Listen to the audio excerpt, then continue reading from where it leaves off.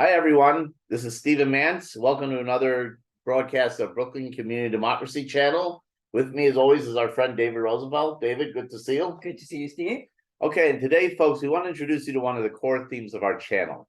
One of the main core ideas we'd like to present in our upcoming broadcast is simply think globally, act locally. Think globally, act locally. What does that mean? That means let's think about the broader global context for the environmental problems that we are facing as a society. But what can we do locally to have a positive impact on those? And one of the things we'd like to look at is something as simple as your lawn. Your house has a lawn. How can that play a role in some of the global issues that our society is facing? So we're going to look into that in today's broadcast. So David, Good to see you, sir. How are you doing? Good to see you also, Steve. So do you feel like talking about the climate today? Well, this is related to Earth's climate and Earth's environment. So in a sense, it's related to that. Terrific. So why don't you start by telling us some of the environmental changes that are facing humanity today? So some of the large-scale environmental factors that are facing, as you mentioned, there's climate change, there's overall pollution, there's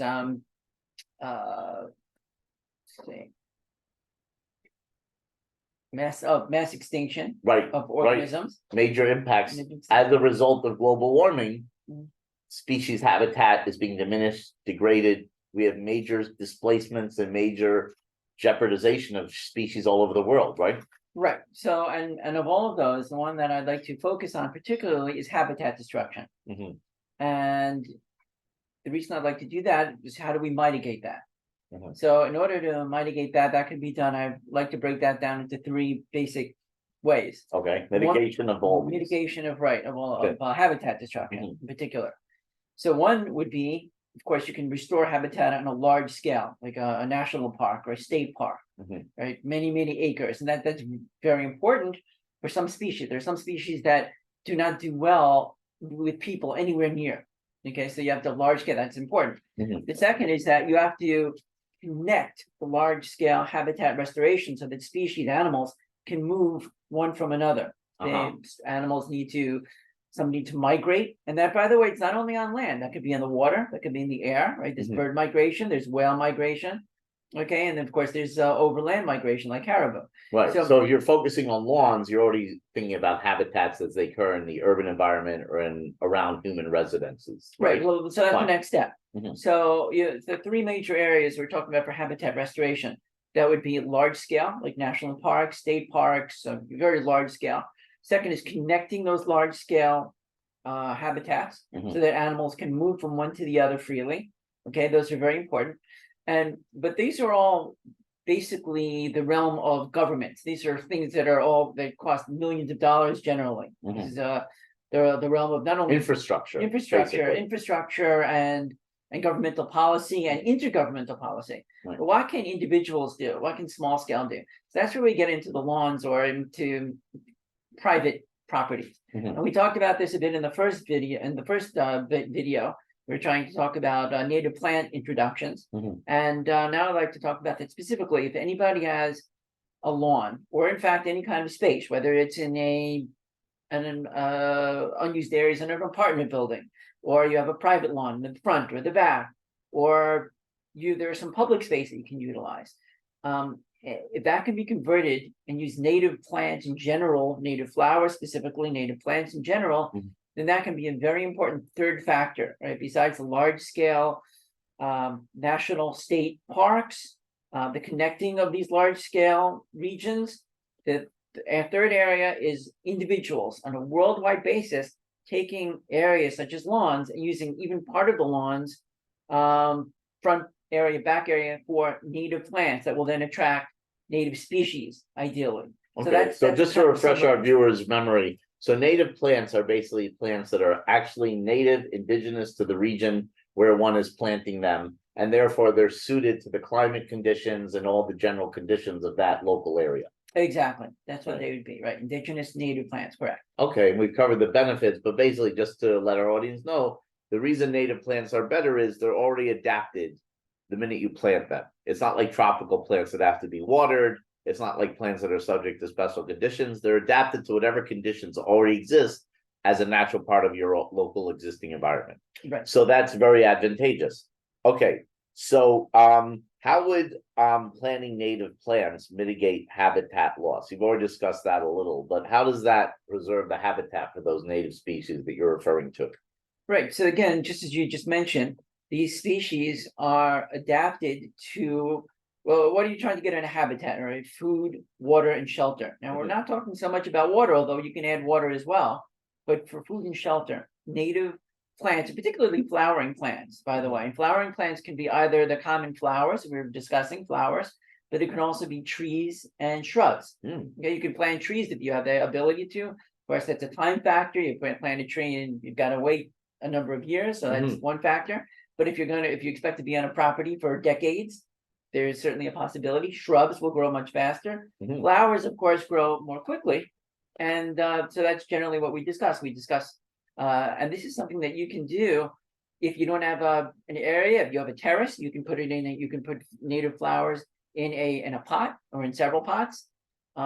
If you have a concrete area but not an earth soil area, you can put it also in pots. Okay.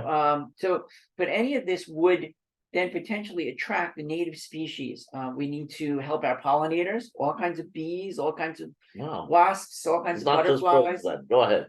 Tell us what native species means. 'Cause All we can ki- all picture birds, but what else would it include? Well, you may hear in the news today all about not only all pollinators, many pollinators are facing difficulty, but especially bees are facing a lot of difficulty for many reasons. So bees are not, they're not the only what else, what other species are pollinators? There are flies, and we're not talking about blue bottle flies, the kind of flies you kill. Right. They're all different species of flies that visit from flower to flower. There are wasps, and not the kind of wasps necessarily that sting. Right. There are all kinds of wasps that visit flower to flower. Wow.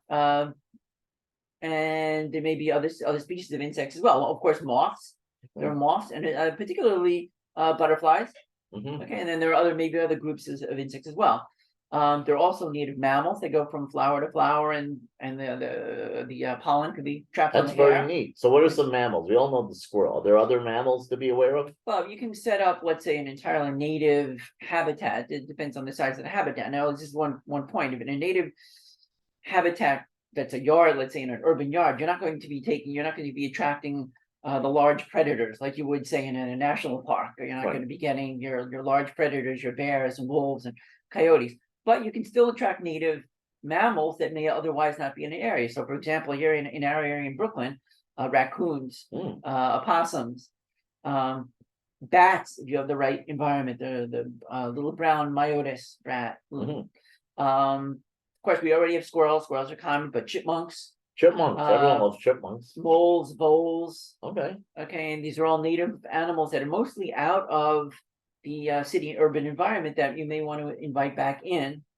And then as you invite those in, you crowd out the animals that you don't want to get. Of course, rats, non-native mice. There are native mice, but non-native mice. We have native mice, and that would be welcome as well. And then you've built an ecosystem. Okay. That's also, by the way, helpful for worldwide biodiversity. Because we're not talking about, you're doing something small here. We can do in Brooklyn, you can do in any area. But if you multiply this times the entire world and everybody using their front yard, their backyard, the side yard, the roof to do this, then you're increasing enormously. You're increasing the area for these native animals, small scale, but native animals to come back. Okay. So I think most of us think lawns are all natural already. Regardless. So if just because a lawn is green, does that mean it's natural, or why wouldn't it be natural if it's just plants? Right. So the reason we focus on lawns here is because they're so dominant in throughout the world. And we just mentioned minutes since we're discussing lawns, something about where lawns might have come from in the first place. Because just to address your question, as you can imagine, there's no lawn in nature, right? There are fields, there are plains, there are prairies, but there are no lawns, right? You don't go and let's see a lawn in nature, and yet they're green. So you might think, well, they're natural because they're green, but no, because a lawn is an artificial entity. So I'll just mention one. I saw something on a website sounded very good. You're not going to get the history of lawns. I'm sure there's not a one stop shopping here. I'm sure there's different reasons, but I saw one that was very intriguing. In Europe in the Middle Ages, people had there were very poor people and there were very wealthy people. So wealthy people had manors or castles, right? And if you're wealthy and you have a manor or a castle, there are going to be people who are going to want what you have, and you don't want to be attacked. Now, if you've got a lot of tall grass and trees, people can sneak up on you. You don't want people to sneak up on you and they Right. can destroy the cat. So what they did was they mowed down any trees and tall grasses that were around so they could see the enemies approaching. Now, how do you do that? It's not free, right? You don't have lawnmowers. So then in those days, talking about the Middle Ages here, or before or someone after, they would either hire people with scythes to do that, and or animals like goats and sheep to keep them. And now this costs money. You couldn't have your average peasant doing that. So it costs money. But that would be then low grass. There would be a lawn. Then you could. I would imagine at the time, high grass, as you said, it was an enemy, but also you could have just internal threats. If you had criminals, thieves, undesirable elements, long grass just makes a neighborhood look unkempt, unsightly, and it also just gives people a general place for being hidden, being surreptitious, etc. Right. If you go, certainly, if you have a manor or you have a castle, and you don't want anybody, robbers or armies, sneaking up on you. So then this lawn, this grass became associated with wealth, and only later, when mechanical lawnmowers and then eventually automatic lawnmowers became available, much later, then it became something that anybody would associate with wealth, and it became the thing to do. I will mention two advantages of lawns that anybody in a suburban area can identify with. Obviously, if you have children can play on a lawn and you can see them and they won't get hurt, and that's certainly, I can understand that advantage. And animals, particularly your pets, I mean, that is particularly dogs, can run around on the lawn. But so those are the advantages. Now, some of the disadvantages, which we discussed last time, just to remind you, if you have an artificial entity like a lawn that you're trying to keep up, that means you need water, you need artificial fertilizer, you need herbicides, and you need pesticides. All of these get back into the system, and those are all negative. So we don't want that. What you're not providing habitat for, even though it's green, but you're not providing habitat for animals, and you're not providing food, right? You're certainly not providing water, because in order to get the lawn there, you've covered up any streams or lakes or ponds or swamps. So the lawn is actually, even though it's green, it's an artificial entity that must be kept artificially, with artificial elements then put into the environment, and a lack of what you want, that lack of habitat that's necessary for native species. All right, so we should be planning and contemplating the role a lawn actually plays, not how it looks, but how it's actually interacting with the larger area around it. Correct. It's very interesting. Okay, so just tell us, you've already gone into why lawns can be good, can be bad, but are there advantages that you want to tell us about of a lawn itself as an entity? Well, right. So that's what we mentioned. Why would somebody want a lawn in the first place? So, so you're saying the advantage is cosmetic, but in addition, that's how they first came about, and now you want to tell us how to refine them as an actual part of the natural world. Exactly. Okay. Exactly. Yeah. So what would you recommend to someone who has a lawn then? So we're trying to promote here in this entire video series is replacing lawns and concrete with native species, particularly flowers, particularly native flowering plants, but native plants in general. So I would recommend that. Now, what happens really depends on your life situation and how much area you have. If you have a situation where you have children want to run around in the lawn, you have pets who want to run around the lawn, and you have a large lawn, you might not want to convert the entire lawn into native species, into native flowers, because you want a place for the kids to run around. But in general, if it could be done, we would recommend converting as much lawn as possible, or the entire lawn, to native species. Okay. Now, if you just want to experiment, because nobody would want, if you have a large lawn area and you want to just experiment, I wouldn't recommend jumping right in and converting everything, because you want to get used to, you want to find out if you like it. So you can take an area, let's say 5 feet by 5 feet or 10 by 10, depending on the size of your area, experiment with it, you take a season, a year, see how you like it. And if you like that, you can always expand. That's what I've done in my area. You can always expand that. But ideally, potentially, you could replace an entire lawn. You can do it a field. You can do meadowing. They call it meadowing. It's actually a verb for it. Ideally, you can replace an entire lawn with native plants and be just well off for it, and it'll be beautiful also when they... Okay, well, let me ask you a few details. First of all, you mentioned that you have a garden of your own, so tell our audience if they're located right here in Brooklyn, what are the options for having a garden of their own if they live in an apartment? So if you live in an apartment, there are a couple of things that you could do. One would be if you do have any outdoor space that you own, like a terrace, you could put pots and you could put out planters, and you could put out native plants in the planters. You could do that. You just have to know how much sunlight you have available. Something else you could do is, and this is certainly is done very often, you have a building that simply has space that they don't know what to do with. They may just mow down the space. I know a building where the entire side of the building is just space. Sometimes the some of the maintenance maintenance people plant vegetables there. Otherwise, the entire area is unused. An entire front area or back area may be unused. You could ask if you can use some or all of that area for planting, and you may be given permission to use public area or unused building space, outdoor building space for that purpose. That's good to know. Now, doesn't Brooklyn or the city of New York make available community gardens you've been telling me about? What are those like? Right, so that would be another option. You can, and then it depends on how the community garden works. But so again, we're focusing here on native species. Certainly in any community gardens, and it certainly is wonderful as well. We'll plant fruit with vegetables. Very often people have a vegetable garden. You may have a garden, community garden where you might pay, you might not have to pay to get a plot, take care of the plot. You might have vegetables. Ideally, and certainly some community gardens do this or even emphasize it, you could plant native plants, native flowers in that garden if you have a section of it, or you could recommend that the garden in general incorporate space for native species. Say, a butterfly garden.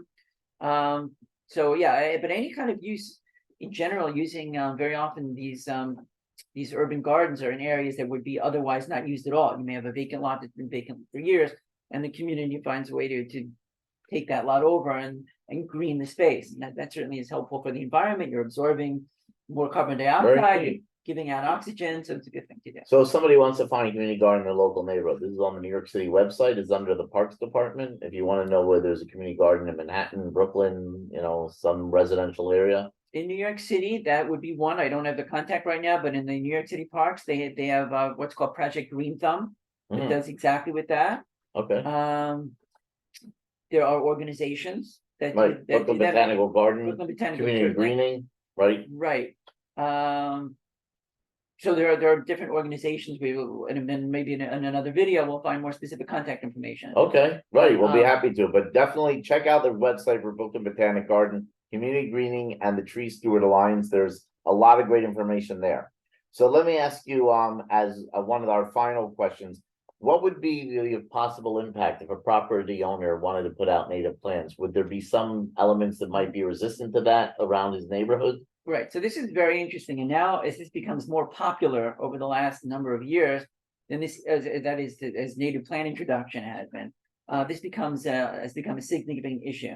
Because what you find is that, so you'll find people trying to introduce native plant gardens or native plant plots. They are getting enormous resistance. We talked before about the aesthetics. You mentioned the aesthetics of a lawn.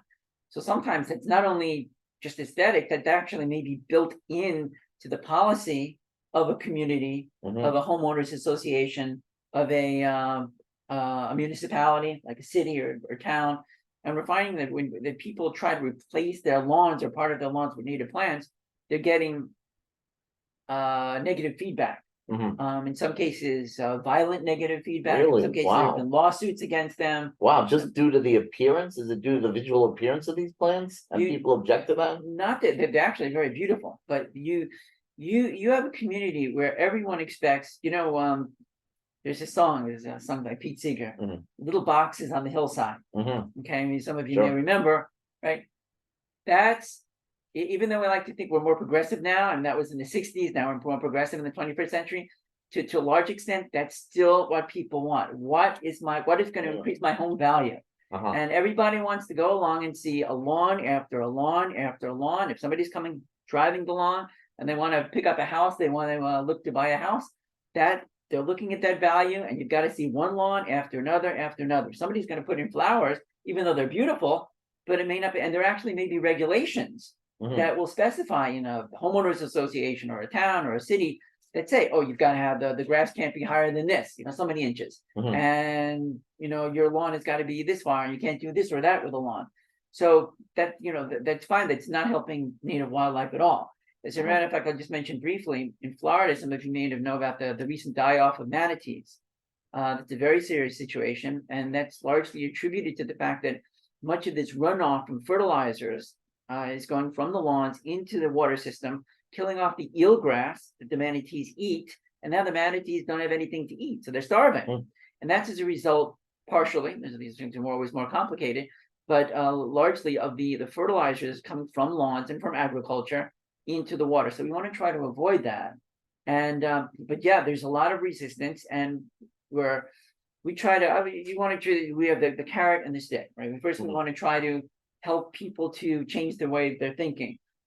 If we need to, then we have counter lawsuits, and we do what we can to defend what we're doing, because we believe what we're doing, that is replacing lawns with native plants, that is a good thing for the environment. It's a good thing for us. Right, you go out on your lawn, and you go out on your native plants environment. It's a good thing for your psyche. But yes, there's a lot of kickback throughout the United States. I don't know about the rest of the world, probably so. In urban, suburban areas, particularly when people try to replace their lawns, which may be specified with plots of, or entirely with native plant gardens. So we want to try to change the thinking about that. So what would you suggest to someone who's trying to overcome that resistance? Are there particular methods, approaches they can use if they encounter resistance? So again, the carrot and the stick. What I'm doing in my garden is I have signs out to invite people to come in and look and actually take a nature tour. You can speak to the residents, you can speak to people around, you might speak at a community meeting and tell people what you've got. Try to emphasize the positive. I know of one situation, at least, where somebody has actually had to defend himself as a result of lawsuits. And the person's been in litigation, so you may have to find a way to defend in litigation. Right. We hope it doesn't reach that point. Are there organizations that help someone like in a position like that with litigation, or is it just legal aid? I'd have to find more about that, but there are, I'm sure there are, as this comes out, there are. You might speak at a community meeting, or like a community board meeting. Speak to elected officials, let people know what you're doing, why you want to do it. You can try to, there are cases where people not only have been successful for themselves, but have then convinced other people to do that. Right. But one thing, just to be clear, and we'll have pictures, and we'll happily get out and actually go to some of these locations. It really is beautiful. It's not a lawn. It's not what people expect, but it's very beautiful. I've had people walk by my garden and say, and comment how beautiful it is. Terrific. Where's your garden located? Where's the area? So here we are. Hopefully this is going out to the whole world, but here in Brooklyn, we have Ocean Parkway, and a couple of blocks away from Ocean Parkway is East 4th. So this is on East 4th off another street called Bay Parkway. Happens to be a dead-end block. We've got a friend of mine is renting a house, and there's a front lawn, and then there's a backyard. I'm able to use both the front and the back, and there's a plot of land right there. We'll give people more details on as time goes on. Anyway, I think that's about it for now. David Roosevelt, thank you for all these interesting insights. It's always great to have you here. Fascinating insights and experiences. Folks, please check out the website, Brooklyn Botanical Garden. They have lots there on community greening, and we're going to post some links in the comments that you can also check out. And please feel free to click subscribe, click like on our videos. We always love to hear from you. So hope to see you again here soon. Thanks a lot. Thank you. Bye.